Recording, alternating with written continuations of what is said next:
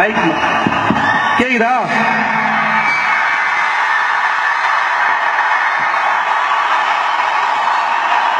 உங்களோட பேரன்புக்கு நன்றி.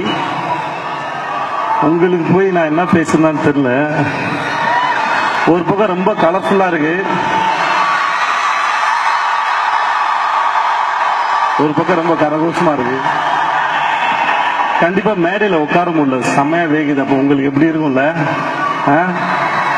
இவ்வளத்தையும் தாண்டி எல்லாரும் உட்கார்ந்துருக்கீங்களே, முதல்ல இந்த அன்புக்கு பெரிய நன்றி. வந்துட்டோம் யங்ஸ்டர்ஸ், ஏதாவது 4 வார்த்தை பேசிட்டு போகணும் அப்படின்னு யோசிச்சே இருக்கேன். கண்டிப்பா உங்களுக்கு சொல்ற அளவுக்கு எல்லாம் மெச்சூரிட்டி எதுவும் இல்லைன்னு நினைக்கிறேன் எனக்கு. பட் ஸ்டில்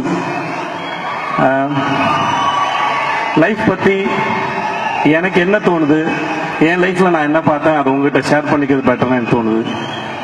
இந்த வயசுல நானும் இருக்கும்போது காலேஜ் நான் பிகாம் படிச்சிருக்கேன்.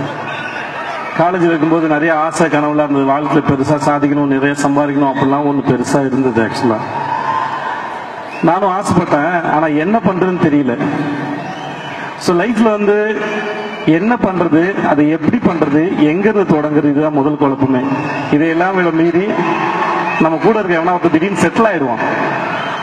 அவன மாதிரி நம்ம செட்டில் ஆகணும், இல்லை சீக்கிரமா செட்டில் ஆகணும் ஒரு எண்ணம் இருக்கும். இது ரெண்டுமே என்ன பொறுத்த வரைக்கும் இந்த ஸ்டேஜில் அவசியம் இல்லாத நினைக்கிறேன்.